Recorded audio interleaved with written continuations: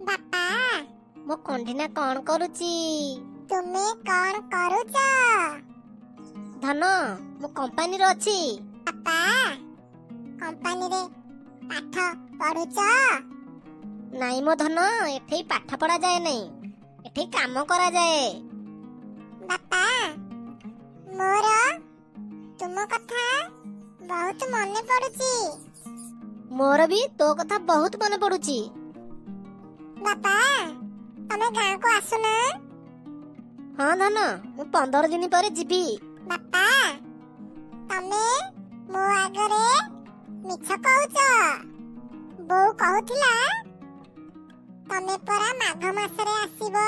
ମୋ ଧନର କେତେ ବୁଦ୍ଧି ହେଇଗଲାଣି। ବାପା ତମେ ଏବେ ଆସ। ତମ କଥା ନାଇଁ ମୋର ମନେ ପଡୁଛି।